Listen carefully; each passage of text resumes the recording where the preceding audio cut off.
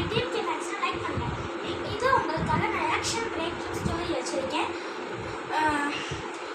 ஸ்டாலின் வெற்றி நமதேன்னு சொன்னாரு. ஆனால் எலெக்ஷன் அப்போ கதை தலைகீழ போனுச்சு. அப்படி என்ன ஆச்சுன்னா தலைகீழ போனுச்சு. முன்னிலையில போனாரு. அதை பார்த்த ஸ்டாலினுக்கு வைத்தறிச்சல் ஆயிடுச்சு.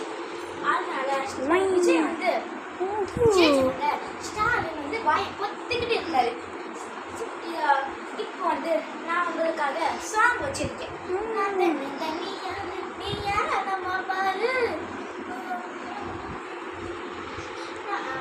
கொஞ்சம் நகர்த்தினா 8 கோடி பேரு புலி ஷர்ட்டு விசில் சத்தம் கேட்டு நல்லா பக்கவாங்க நீ விசில் கறி போட்டு